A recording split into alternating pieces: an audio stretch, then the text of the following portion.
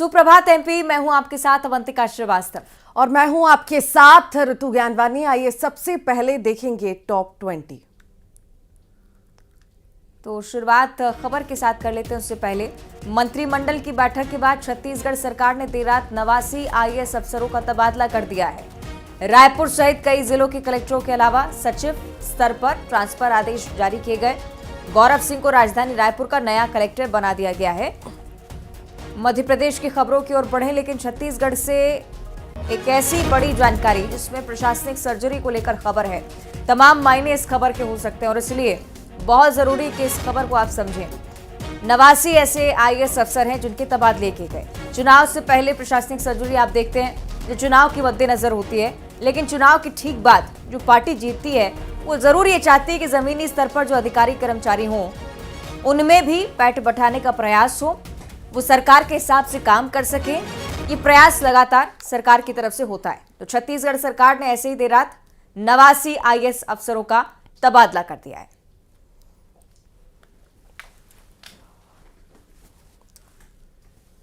तो सहयोगी युगल तिवारी हमारे साथ फोन लाइन पर जुड़ रहे हैं। युगल, मायना बताइएगा और कौन कौन से महत्वपूर्ण नाम शामिल हैं लिस्ट में? जी देखिए, सबसे बड़ी बात यही है कि जब सरकार बदल चुकी है और उसके बाद अब जो प्रशासनिक सर्जरी है वो लगातार की जा रही है और जो अपने अधिकारी हैं, अपने जो विश्वास पात्र अधिकारी होते हैं, उन्हें इन जिलों में पदस्थापना की जाती है ताकि जो अधोसंरचना के साथ साथ जो सरकार के जो काम काज है और जमीनी स्तर तक हो सके, क्रियान्वयन हो सके, तो उसी लिए सब इस तरह की सर्जरी है वो की जाती है। और इस तरह से बड़ी जो प्रशासनिक सर्जरी है वो की गई है। और इससे पहले भी चाहे वो एसडी हो चाहे और सीएम के सब बदले गए हैं और कुछ अधिकारियों को लगभग 17 से 18 ऐसे आईएएस अधिकारी हैं जिन्हें प्रमोशन भी दिया गया है। तो कुल मिलाकर ये कहा जा सकता है कि अब सरकार बदली है, सरकार फंक्शनिंग मोड पर पूरी तरह से आ चुकी है और कामकाज सुचारू रूप से चल सके, इसलिए इस तरह की सर्जरी है वो की गई है। और सबसे अहम बात यही है कि अभी और भी जिस तरह से भी बड़े अधिकारियों के हुए अब आईपीएस है उनका भी तबादला है वो होगा। हो सकता है कि कुछ दिनों में डीजीपी है वो भी बदले जाएं। तो ये बड़ी सर्जरी है और कुल मिलाकर इसकी कवायद यही होती है कि काम काज है उसे सुचारू रूप से यहाँ पर किया जा सके और जितनी जल्दी सरकार एक्शन पर आएगी, जमीनी स्तर पर आएगी, तो आम जनता का जो काम काज है जल्द एक्शन लेना है तो जल्द ये भी माने कि अब दूसरे अधिकारी, बड़े अधिकारी लेवल के जो हैं उन्हें भी जल्द अब बदला जाएगा। जी बिल्कुल, आप सही कह रहे हैं। अभी और भी पुलिस के अधिकारी हैं, चाहे एसडीओपी हो, एडिशनल एसपी हो, एसपी हो, तमाम जो 33 जिले हैं उनमें भी प्रभार है बदले जा सकते हैं। कुछ की पहले भी शिकायत रही तो उस आधार पर भी उन्हें बदला जा सकता है। लेकिन कुल मिलाकर ये कहा जा सकता है कि जो अधिकारी पहले काम नहीं कर पा रहे थे और उन्हें तरजीह नहीं दी गई थी, अब ऐसे अधिकारियों को भी तरजीह मिल पाएगी और वो सरकार के साथ काम करेंगे। देखने वाली बात है युगल कि आने वाले समय में किस प्रकार के परिवर्तन और देखने को मिलते हैं। बहुत शुक्रिया आपका जानकारी के लिए। और चलिए अब रुख करेंगे मध्य प्रदेश की खबरों का। भोपाल की खबर से हम शुरुआत करते हैं, जहां पर सनसनीखेज वारदात सामने आई है। घर में घुसकर लाखों की लूट हुई है। महिला के गले पर चाकू उड़ाया गया और लाखों की लूट को अंजाम दिया गया। एक और आपराधिक घटना, 3 बदमाशों ने महिला से लूट की वारदात को अंजाम दिया। पुलिस सीसीटीवी कैमरे भी खंगाल रही है। कैमरे में अगर बदमाश कैद हुए हैं तो ये पता लगाने का प्रयास कि कहां से आए थे, कौन सी गैंग इनके पीछे है। हबीबगंज थाना क्षेत्र का ये पूरा मामला। आरोपी पकड़ा गया है, उससे भी पूछताछ का प्रयास। पैसे से भरे 2 बैग लेकर आरोपी भाग रहे थे। एक बदमाश को पैसे के बैग के साथ पकड़ा है। पुलिस पकड़े गए आरोपी से भी पूछताछ कर रही है गहन तरीके से, जिससे समझा जा सके कि कितने लोग इस पूरी वारदात में कुल मिलाकर प्लानिंग से लेकर अंजाम तक शामिल हैं। तो ये सीसीटीवी फुटेज आपकी टीवी स्क्रीन पर, जो फुटेज पुलिस के हाथ भी लगे हैं। कुछ बदमाश इसमें नजर भी आते हैं लूट की वारदात को सरेआम अंजाम देते हुए। पुलिस की तरफ से फिलहाल जांच की जा रही है। राजधानी में इस प्रकार की आपराधिक घटनाएं बढ़ना, सीधे सवाल पुलिस व्यवस्था पर कि आखिर खौफ क्यों नहीं है। घर में घुसकर लाखों की लूट की जाती है। आरोपी एक पकड़ा गया, अन्य की तलाश जारी। ऐसी कई सारी तस्वीरें भी सामने आती हैं जब किसी न किसी बहाने चोर जो हैं दस्तक देते हैं। कई बार मेड के थ्रू होता है कि वो घर में घुस जाती है काम के बहाने। यहाँ पर भी कुछ ऐसी स्थिति बनी। ये पेंटर है और पेंटिंग के बहाने घर में दस्तक दी, दरवाज़ा बजाया और जैसे ही दरवाज़ा खुला ये सभी टूट पड़े, चाकू उड़ाया गया और ये बड़ी वारदात को अंजाम दिया गया। ये भी जानकारी आपको दे दें कि ये रेकी लंबे वक्त से कर रहे थे, नजर बनाए हुए थे व्यापारी पर और व्यापारी ने हाल ही में जमीन का सौदा किया था जिसके पैसे उसने घर में रखे हुए थे और उसके बाद ये बड़ी वारदात, बड़ी घटना।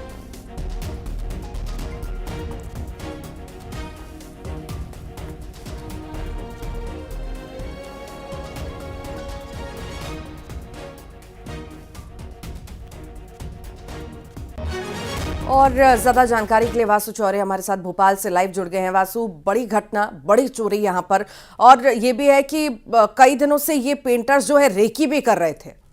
ज्यादा जानकारी मामले में।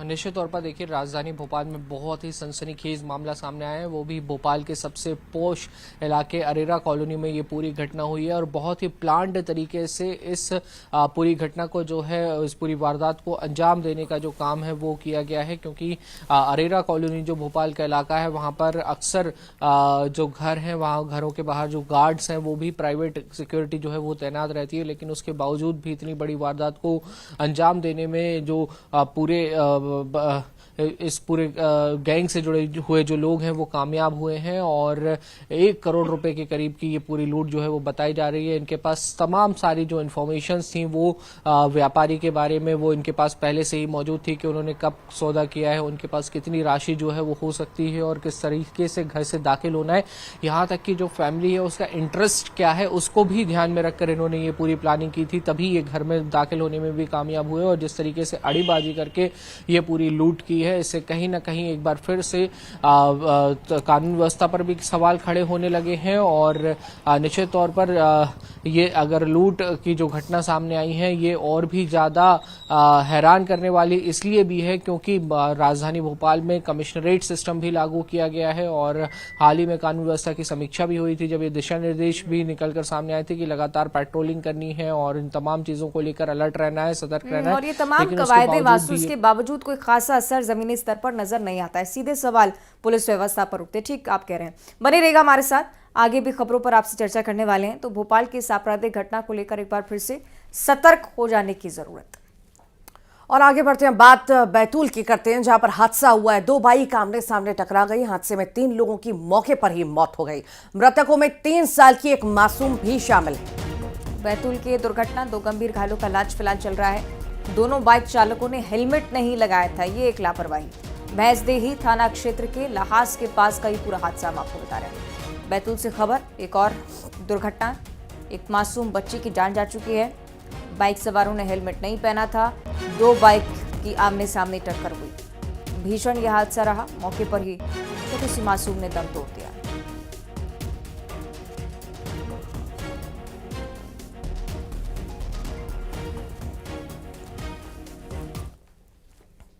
और दिल्ली का जिक्र करेंगे जहां कांग्रेस की आज एक बड़ी बैठक होने जा रही है। महासचिवों और प्रदेश प्रभारियों को बुलाया गया है। पार्टी अध्यक्ष मल्लिकार्जुन खड़गे बैठक की अध्यक्षता करते हुए आपको नजर आने वाले हैं। भारत न्याय यात्रा की तैयारियों पर भी चर्चा होगी इस बैठक में। लोकसभा चुनाव की रणनीति पर भी मंथन होगा।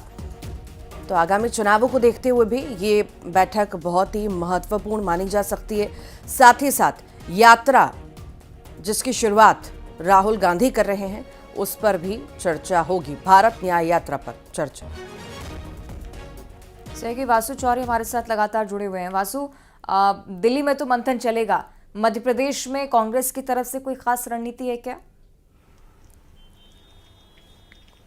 निश्चित तौर पर देखिए बहुत महत्वपूर्ण बैठक है दिल्ली में आज कांग्रेस की, जिसमें मध्य प्रदेश के प्रदेश अध्यक्ष जीतू पटवारी और नेता प्रतिपक्ष उमंग सिंघार शामिल होंगे। हालांकि राष्ट्रीय स्तर की ये पूरी बैठक है और पूरे सभी प्रदेशों से जो पीसीसी चीफ हैं और सीएलपी लीडर हैं वो इस बैठक में शामिल होंगे। मल्लिकार्जुन खड़गे समेत राष्ट्रीय नेता इस पूरी बैठक को लेंगे और इस बैठक में आगामी लोकसभा चुनाव को लेकर तैयारी होगी, रणनीति होगी, स्टेट्स में क्या क्या सूरत हाल है वो फीडबैक आला कमान लेगी और उसके हिसाब से आने वाले समय में सीट शेयरिंग और किस तरह से मध्य प्रदेश में और अन्य राज्यों में प्रत्याशियों का चयन होना है, इसका फॉर्मूला भी जो है वो तय होगा। और राहुल गांधी की भारत न्याय यात्रा जो जल्द ही शुरू होने वाली है उसको लेकर भी इस पूरी बैठक में विस्तृत रणनीति बनाने का काम किया जाएगा। खासतौर पर उन स्टेट्स पे फोकस रहेगा जहां से ये यात्रा जो है वो गुजरने वाली है, तो इस लिहाज से ये बैठक बेहद महत्वपूर्ण हो जाती है। और इस बैठक के ठीक 2 दिन बाद यानी कि 6 तारीख को मध्य प्रदेश में हारे हुए जो विधानसभा चुनाव के प्रत्याशी थे उनकी बैठक कांग्रेस ने बुलाई है। तो जो कुछ भी फीडबैक दिल्ली से मिलेगा, जो कुछ भी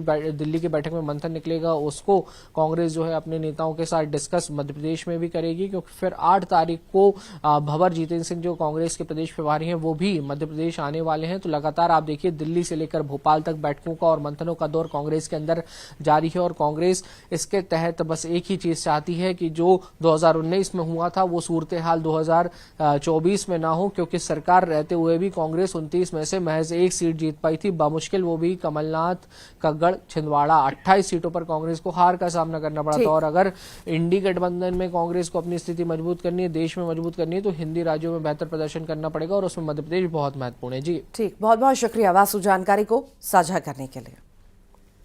और ये जानकारी प्रशासनिक अमले को लेकर अगली, जिसमें आज ग्वालियर को लेकर सूचना है।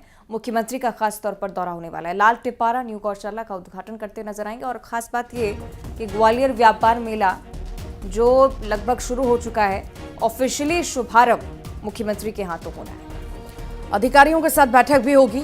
जय विलास महल में रात को भोजन भी करेंगे सीएम। ज्योतिरादित्य सिंधिया भी साथ में मौजूद रहेंगे। बेहद खास ये दौरा हम मान सकते हैं। कल जबलपुर का दौरा था और इसके बाद आज चंबल की ओर रुख कर रहे हैं, ग्वालियर की ओर रुख कर रहे हैं सीएम। लाल टिपारा न्यू गौशाला का उद्घाटन भी करेंगे, साथ ही साथ व्यापार मेले का शुभारंभ भी सीएम द्वारा किया जाएगा। उसके बाद अधिकारियों के साथ बैठक और रात में जय विलास महल में भोजन करेंगे।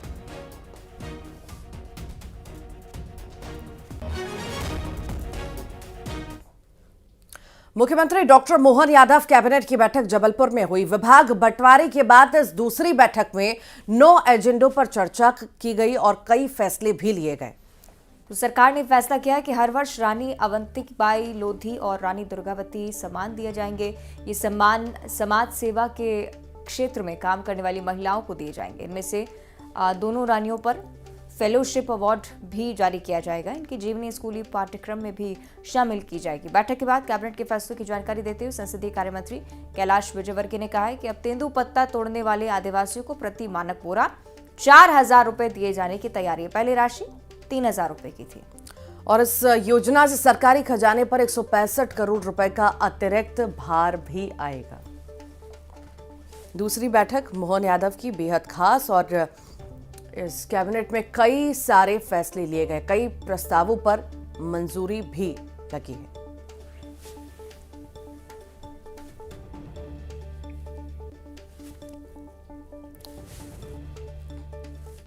महिला वीर सेनानी के प्रति अपनी आदरांजलि अर्पित करते हुए रानी अवंतिकाबाई लोधी सम्मान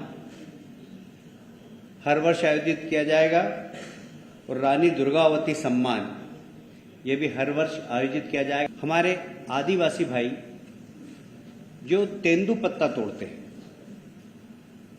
उन तेंदुपत्ता तोड़ने वाले हमारे आदिवासी भाइयों को प्रति मानक बोरा, जैसा कि हमने 2023 के संकल्प पत्र में घोषणा की थी, 4,000 रुपये प्रति बोरा के हिसाब से आज कैबिनेट में निर्णय लिया गया। रानी दुर्गावती श्री अन्न प्रोत्साहन योजना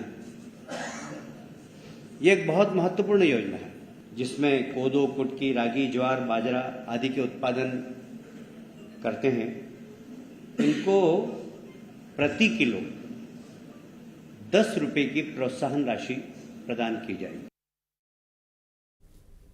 योग गुरु प्रबल सिंह कुशवाहा के चीन में मौत के बाद उनके परिजन पार्थिव शरीर को भारत लाने के लिए प्रयासरत हैं और इसी बीच योग गुरु के परिजनों ने केंद्रीय मंत्री ज्योतिरादित्य सिंधिया से मदद मांगी है और जिस पर सिंधिया ने विदेश मंत्री को चिट्ठी लिखी है। सिंधिया ने पत्र में विदेश मंत्री से सहानुभूतिपूर्वक कार्रवाई का आग्रह और अब तक की गई कार्रवाई की जानकारी भी मांगी है। इसके बाद इस मामले में विदेश मंत्रालय तेजी से कार्य कर रहा है। आपको बता दें कि प्रबल सिंह कुशवाहा 8 महीने पहले नौकरी के लिए चीन की राजधानी बीजिंग गए थे। परिवारजनों का आरोप है कि उनकी मृत्यु संदिग्ध परिस्थितियों में हुई है।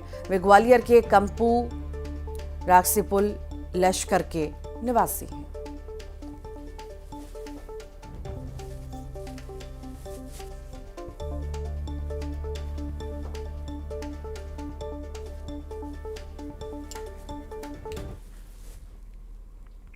और खंडवा में लाउड स्पीकर का मामला गरमाया है। शहर काजी के प्रशासन को चेतावनी है, कहा कि हमें सड़क पर उतरने को मजबूर ना करें, धर्म के आधार पर ही देश चलेगा।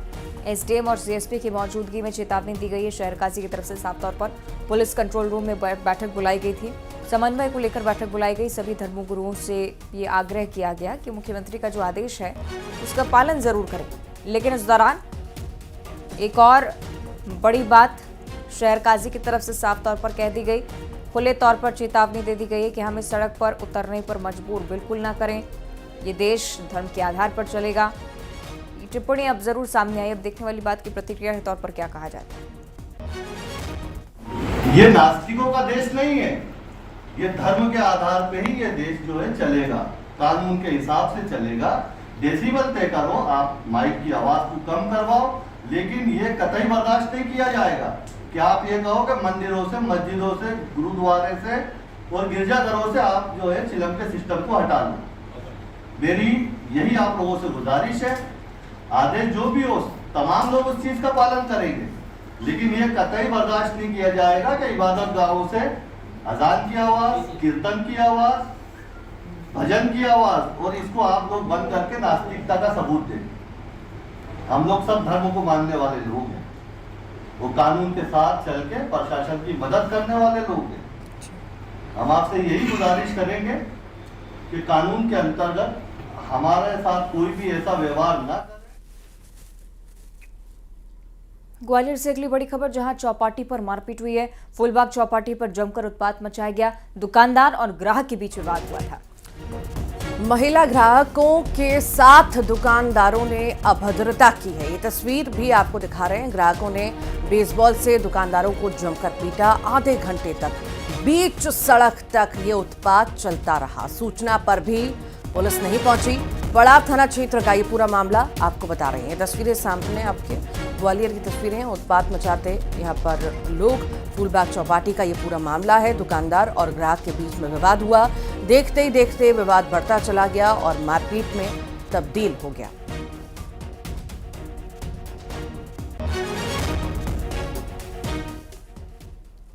और अब जिक्र मुरैना का, जहां जिला अस्पताल के नए भवन में बनाए गए एसएनसीयू वार्ड में शॉर्ट सर्किट से आग लग गई और आग और धुएं के बवंडर के बीच एसएनसीयू वार्ड में हड़कंप और दूसरे वार्डों में भगदड़ मच गई। इस दौरान नर्सों ने साहस दिखाते हुए 15 से 17 मिनट के अंदर एसएनसीयू में भर्ती 44 नवजातों को दूसरे वार्ड में सुरक्षित शिफ्ट किया।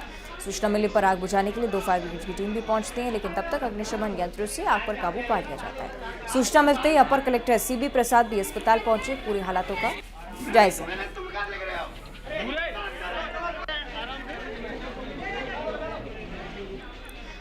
हाँ, हमारा बच्चा भर्ती था यहाँ पर, फिर मैं यहाँ पर देखने के लिए गई थी। फिर जैसे मैं कपड़ा लेके अंदर गई, फिर वहाँ से मतलब बाहर अंदर जा नहीं पाई। फिर यहाँ से कि एकदम पता नहीं क्या हो गया, कंफ्यूज हो गया। जाने की जानकारी मिली और एसएनसीयू के जो इनबॉर्न यूनिट है उसमें एक लाइट का छोटा सा फॉल्ट हुआ था। उसकी वजह से जैसी जानकारी मिली तो हमारी पूरी टीम लग गई उसमें और उस पर तुरंत काबू कर लिया। जितने बच्चे 47 बच्चे एडमिट थे एसएनसीयू में, उन सारे बच्चों को हमने दूसरी यूनिट में शिफ्ट कर लिया है। हमारे डॉक्टरों की टीम और सारे नर्सिंग ऑफिसर, पूरी टीम हमारी हॉस्पिटल की लगी हुई जिला प्रशासन के, और उस संबंध में उनके इलाज उपचार चालू है। बच्चे साहब की सुरक्षित हैं सभी। शॉर्ट सर्किट के कारण आग लगना प्रथम दृष्टया बताया गया है। सिविल सर्जन के द्वारा मुझे बताया गया कि 44 बच्चे उसमें थे। सभी दूसरे वार्ड में सुरक्षित शिफ्ट कर दिए गए हैं। मैंने उन वार्डों का स्वयं निरीक्षण किया, सारे बच्चे बिल्कुल सुरक्षित हैं। भगवान की कृपा से हादसा टल गया। थाईलैंड का जिक्र करेंगे, जहां एक एनआरआई पति ने अपनी पत्नी को घर से निकाल दिया। एनआरआई पति ने पत्नी के घरवालों से 50 लाख के दहेज की डिमांड की थी और रुपए ना देने पर पति ने पत्नी को न सिर्फ प्रताड़ित किया बल्कि उसके साथ अननेचुरल संबंध बनाने के भी प्रयास किए। गौरतलब है कि ग्वालियर निवासी युवती की 3 मई 2023 को थाईलैंड में रहने वाले भिंड निवासी आर्किटेक्ट से शादी हुई थी। थाईलैंड पहुंचने के बाद पति ने दहेज के लिए उसे बेरहमी से प्रताड़ित किया और फिर 28 मई को एनआरआई पति ने पत्नी को थाईलैंड स्थित घर से भगा दिया। किसी तरह पीड़िता भारत आई और एसपी से शिकायत की। महिला थाने में पति सहित 4 लोगों पर मामला दर्ज हुआ है। अयोध्या में भगवान राम का मंदिर बन रहा है। 22 जनवरी को प्राण प्रतिष्ठा होने जा रही है। तो राम मंदिर के लिए देश भर से कई ऐसे लोग हैं जो कि कुर्बानी भी दे रहे हैं। ग्वालियर में भी 3 कार सेवकों ने 6 दिसंबर 1992 को बाबरी ढांचा गिरने के साथ ही रामलला का चबूतरा बनाया था। ग्वालियर के रहने वाले इंजीनियर विनोद अष्टैया इंजीनियर की पढ़ाई छोड़कर सेवा करने अयोध्या पहुंचे थे। उनके साथ केशव सिंह, राजेंद्र सिंह कुशवाहा भी शामिल थे। तीनों ने बाबरी ढांचा गिरने के बाद भगवान रामलला के लिए अपने हाथों से चबूतरा बनाया था। तीनों ही भगवान राम के मंदिर बनने पर खुशी जाहिर करते हुए नजर आए। इनका कहना है कि इन्होंने सपने में भी नहीं सोचा था कि उनके जीते जी भगवान राम का मंदिर बन जाएगा। ये उनका सौभाग्य है और अब भगवान राम के मंदिर में दर्शन के लिए वो जरूर पहुंचेंगे।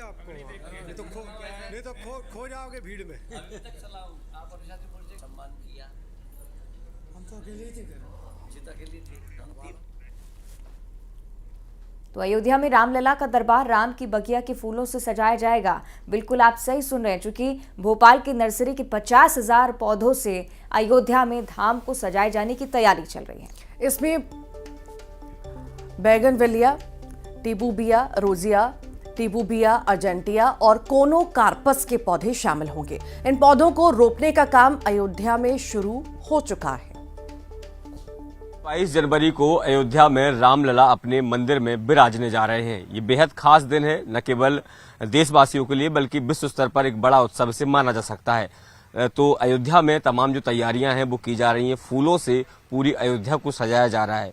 उस अयोध्या में जो जिन फूलों से सजाया है उसमें राजधानी भोपाल का भी एक बड़ा योगदान है। राजधानी भोपाल की नर्सरी से भी बड़ी संख्या में फूल और पौधे जो है वो उनकी सजावट के लिए गए हैं। बेहद खास दिन भोपाल के लिए भी है, क्योंकि एक बड़ा योगदान मंदिर की सजावट और उस अयोध्या की सजावट को लेकर है। नर्सरी के संचालक हमारे साथ मौजूद हैं। सर, कैसे ये सौभाग्य प्राप्त हुआ कि रामलला की जो स्थापना हो रही है उसमें हम लोग भी सहभागी बन रहे हैं? क्या है, हमारी नर्सरी निसर्गा की वेबसाइट है nurserynisarga.in के नाम से। तो 2 महीना पहले अयोध्या से फोन आया कि मैं आपकी नर्सरी देखने के लिए। अब देखेंगे खबरों का 2020।